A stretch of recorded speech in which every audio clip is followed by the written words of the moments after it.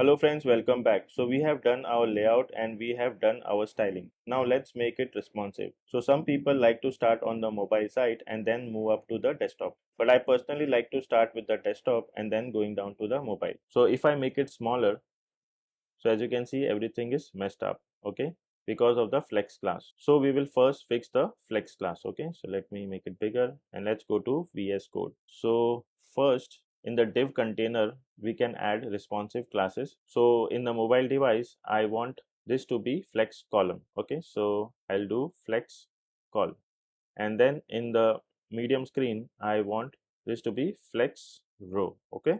If I save this and if I make it smaller, now everything is one below each other, okay. So there are two options which you can do it. I have created two options. So this is the first one.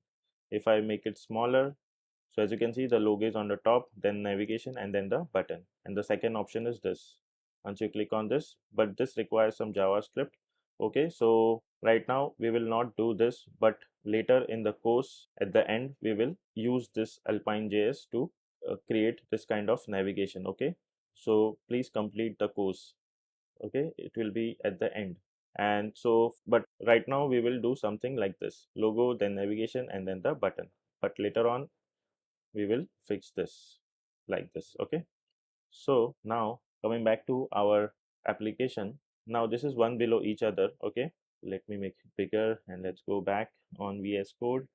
Now inside the nav tag, this ML auto should be in the medium screen, okay.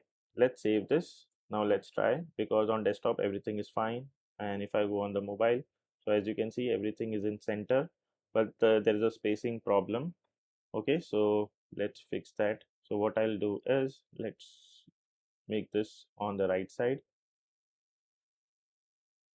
or else we can make this bigger. Okay, so we are getting a side by side view. So let's make this bigger, and then uh, let's try to fix this.